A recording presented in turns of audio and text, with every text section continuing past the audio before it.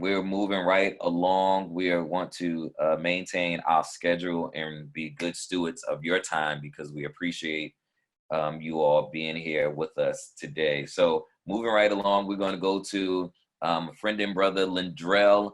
Martin Lendrell is a designer, motivator, and gap filler that equip generations with tools for life, uh, professional and leadership development. And I am super excited that he is here with us today. I want you to stay engaged, to text somebody, go back on Facebook, share the link, go to our page, go to Facebook Boys into Men page, share the link so that people can still come in and join us and be with us. We're super excited. We're going to hear from Lendrell. Then we're going to go right into our discussion where you would be able to ask your questions and our panelists will be able to ask your questions.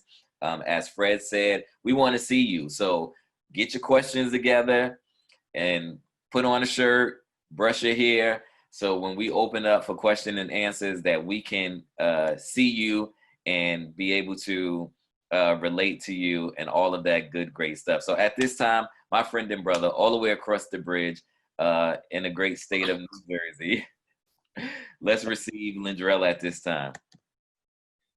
What's going on, everyone? I was wanting to say good morning, and I'm like, nope, it's the afternoon. I'm on the West Coast, so I'm a little thrown looking at my clock. I'm super excited to be here. I'm just going to give you a little snapshot about me, so that way when I hit on certain points, it'll make sense for you guys. I am a fashion industry professional. I've been in the industry for over 10 years. I'm a designer, and I've always enjoyed the power and the messaging that's attached to clothing.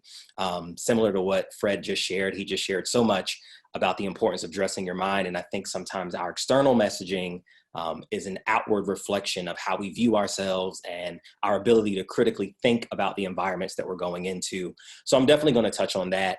A little bit about my background. I grew up in a single parent household, primarily with my brother and my grandmother, and my mom and my uncle were kind of my tribe to kind of aid me in life and trying to make sure that I had the skills that I needed. So some of the things that I'm going to touch on today in my presentation are going to be very realistic, funny scenarios, but I think they're very, very important to individuals that come from many of our minority communities. So I am going to share my screen. Hopefully you guys can see this. And basically, I'm going to start off by talking about critical thinking, and it's kind of overlapping to some of the things that Fred just shared. So it's right in line, because to me, I think it's hard to talk about dressing for success without you thinking about whatever environment you're going into. I know some of the people in here are younger, and even as you guys progress in age, you want to think about the message that you're sending out to the world. So some of the key components of critical thinking skills includes relevance, in terms of you determining the importance and relevance of arguments and ideas. Basically, why am I showing up to a place in a particular way? Your why. Are you identifying inconsistencies and errors in your reasoning? Meaning, growing up, I always had a special pair of sneakers I'd wear to school. So if I had Jordans I'd want to, stunt with my friends in, I'd wear those to school. But I had a separate pair of sneakers I'd cut my grass in. To me, that's a way where you think about the environment that you're about to go into and you dress accordingly. And I'm going to touch on that quite a bit today.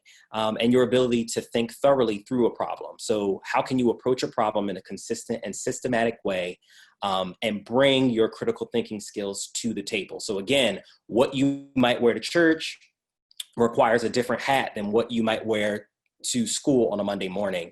And as I go through some of these slides, there are going to be some visuals. But again, I'm going to touch on the mindset that you bring into the spaces that you guys will eventually operate in. So many of us growing up, we all had our first jobs when we were younger. So when we were 13, 14, 15, I remember my first job at a school was working at an after-school program with kids when I was 14.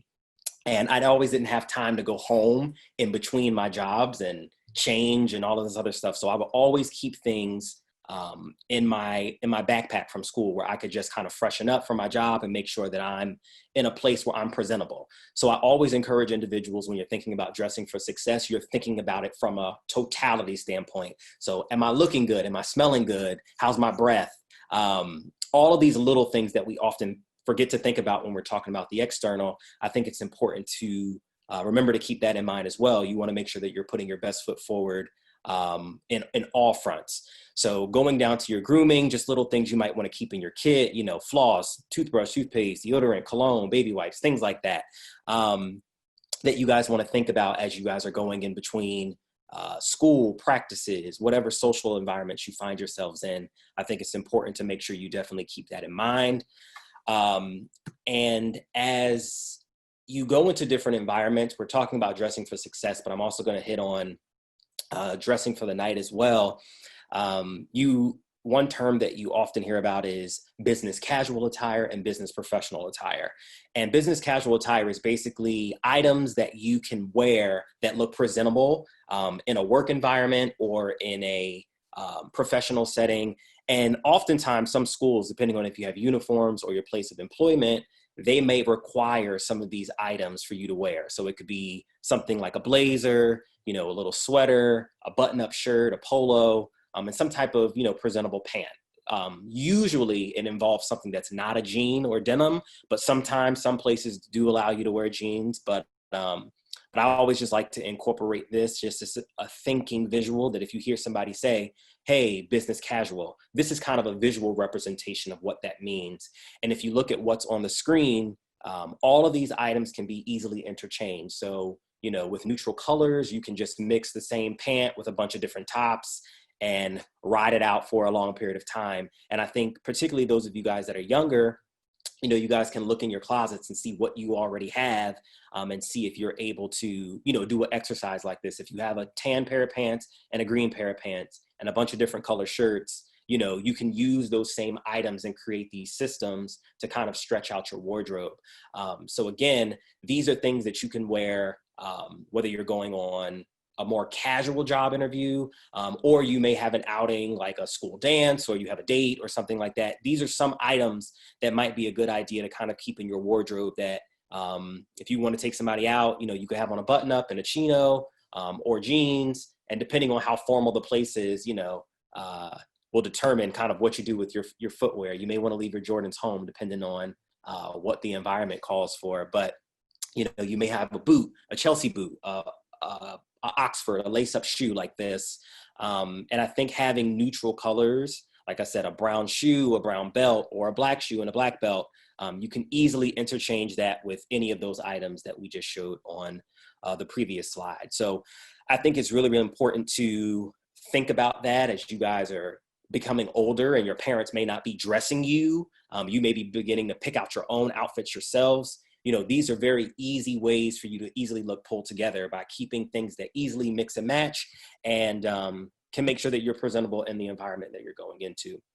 So for those of you that are beginning to interview and go into spaces and you want to get your first jobs, or you might be interviewing for a potential scholarship, these are also good things to have in your closet, that if it's not a super formal interview, that you can wear and also look presentable. So on my next couple slides, I'm going to show you some examples. I'm laughing because I really enjoy putting this presentation together, of some people who do it really, really well, and some people who may need a little bit of help. So here's an example of some real life people, in what would be deemed business casual attire. So again, it could be a jacket, a shirt, a dress shoe, so we got Michael B. Jordan here in a shirt and tie, pants, he always looks pretty pulled together. Pharrell, you take his blazer off, he's got on a sweater and a shirt and pant, easily can be mixed and matched with other things. We have our former president, Uncle Barack, as people would call him. This will be considered business casual because it's a suit, but his shirt is unbuttoned with no tie, so he can take the jacket off and still look presentable. And then you have Michael B. Jordan here just in a shirt and tie and a tan like Chelsea boot, and he still looks presentable. He still looks pulled together. And as you can see, all of these neutral colors can be easily mixed and matched with each other. So again, this is my slide for the people that got it right. Okay, so this slide are some examples of what I would deem, some individuals who may not have put their best foot forward. So if you're going into an environment where you're not sure, again, the jacket, the shirt, and the pants in this first slide, they work. But if it's a business casual setting where if it's work related and you don't know about rules, I would suggest you maybe leaving your sneakers at home. However, if you're going on a date night in this outfit, you could leave the sneakers. But again, if you're not sure of the environment, I always like to tell people that any given day, I'd rather be overdressed than underdressed. And I think that's something that as you guys get older to maybe keep in the back of your minds, that for me, it's like, I'd rather look like I put in more effort than not enough, depending on the space that you are entering into. And again, that just speaks to your ability to critically think about where you're headed. The next slide, this gentleman, he has on a graphic t-shirt, you know, these like mustardy looking pants, blazer. Technically, these could be business casual items, but put together, they just don't go over well. So it's a lot to look at. It's just not really put together in a polished way. Here next to him, we have a picture of John Legend out with this V-neck with no shirt or polo underneath. It's a deep V-neck. You know, this would maybe not be appropriate for an interview, but if you put a shirt underneath it, it would probably work well. The last slide, we have Kevin Hart, who usually always looks pretty good, but again, just this color, you know, what wouldn't necessarily be appropriate for a business casual blazer and pants situation. So again, it shows to your critical thinking skills. Just because you have on a blazer and a pant, it should work, but there is a way for you to execute it in a way that doesn't seem like it's well thought out. And Kevin's look to me looks way more club than business casual. So again, if you're trying to do something different on date night, it might work, or a night out. But if you're going into an office environment for business casual, this would definitely not be appropriate. All right, so I want you guys to brace yourselves, because if you don't remember anything I share with you today, or you don't remember any of these slides, this is going to be the most critical slide that you will see all day. Now, I want you to look at this picture, and I want you to look at it very, very closely. And I want you to look at this black polished shoe, this blue pant, and this white sweat sock. I am here to tell each of you today, if you don't remember anything else I've said, anything else I've shown you, this will be what I need to be burned into your memory. Please, gentlemen, and parents, and caregivers, and whoever else dresses these young men to help them that have never been in these environments before, please, please, please ensure you do not wear white sweat socks with dress shoes. I can't tell you guys how many people I encounter on a daily basis in some of the mentoring programs that I do in the tri-state area, but also the grown men that I run into on my commute that still wear white dress socks with white sweat socks with dress shoes. And nothing screams, I don't know what I'm doing, more than this look. So if you guys don't remember anything else I show you today, please ensure that if you're wearing a dress shoe or, you know, even a dress sneaker, you know, maybe try to get a sock that's a little bit more neutral. And we'll go into that in a couple of slides as well. So something that's either blue or black, or just not white, because it shows that you haven't thought about the whole look. And again, it speaks to your critical thinking. Like if I have on a sweat gym sock with a dress shoe, I'm combining two worlds that don't blend. And if I am interviewing with someone who is let's just say for instance, a white male manager at a job, and he sees me in this look when I sit down and cross my leg, he clearly knows that you don't do this that often. You don't dress up that often. You don't know the rules, quote unquote, unspoken, that go along with dressing up. So again, I would just encourage individuals to wear a neutral sock. If you don't own a pair of neutral socks, I will be more than glad to cash app you a few bucks to get you a pair of neutral socks. And I'm dead serious. So I'm putting my contact information at the end of this, that if you need assistance or advice, please feel free to reach out. I'd rather you go sockless than be in this white sweat sock and a dress shoe. All right, so I beat that over the head. Our next slide talks about a little bit more formal business professional attire, or things that you might see in a traditional suit. And these are just details, you know, like a smaller watch, if you guys have a bag, or if you need to go on an interview. Just keeping things, again, neutral, nothing that's screaming for attention, because that is going to distract from who you are and what you bring to the table as a person who is interviewing at a job or in a corporate space or for a scholarship. So I always just encourage people, even if you're dressing up, to also be thinking about neutral colors. So again, you know, maybe your grays and your navies and your blacks, you know, for suits or blazers or pants. And similar to those other slides, just maybe a white shirt, a blue shirt, things that can easily be mixed and matched. Same thing with the shoe, black or brown. You know, as a general rule of thumb, it's not an official rule, but it typically looks cleaner when your belt and your shoes are in the same color family. Because if you don't have on a jacket and you have on a brown belt and a black shoe, people visually will be able to see it. If you have on a jacket, nobody can tell. But I just always tell people, think about whatever shoes you have. If you have a belt in that same family, it's usually a good idea to match them.